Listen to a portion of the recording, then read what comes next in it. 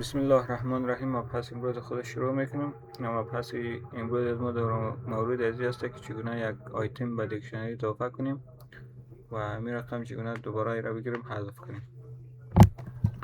خب اول یک دیکشنری معرفی میکنیم. اینفورمیشن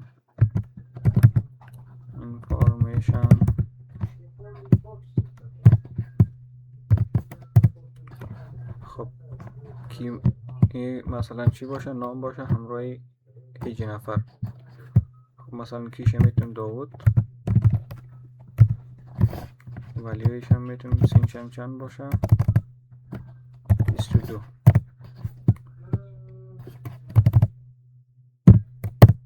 و دیگه چی باشه؟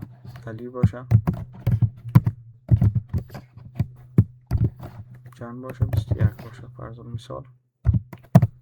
و بعد از اون احمد باشه ولی چی چند ساله باشه؟ مثلا 19 ساله باشه. خب حال میخوایم به یک از این بگیریم یک ولیو چی کار کنیم؟ ریموو کنیم. خب میگیریم چی؟ information dot pop. همو چی که میخوایم همو آیتم را که میخوایم دیلیت کنیم کیش نوشته میکنیم. کیش از چی باشه؟ مثلا چی باشه؟ داوود باشه.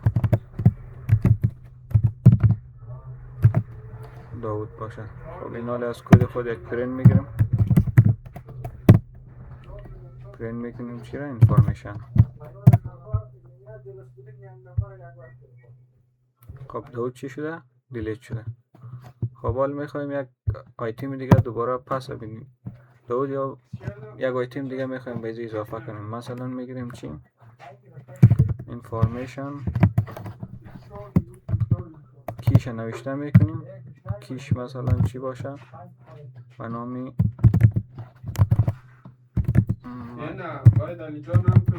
ایرام. خب ایم چی شد؟ ایرام مساوی میگیریم مثلا چند ساله باشه 18. نال دوباره کد خود پرینت میگیریم. خب چی شد؟ مریم چی شد؟ اضافه شد.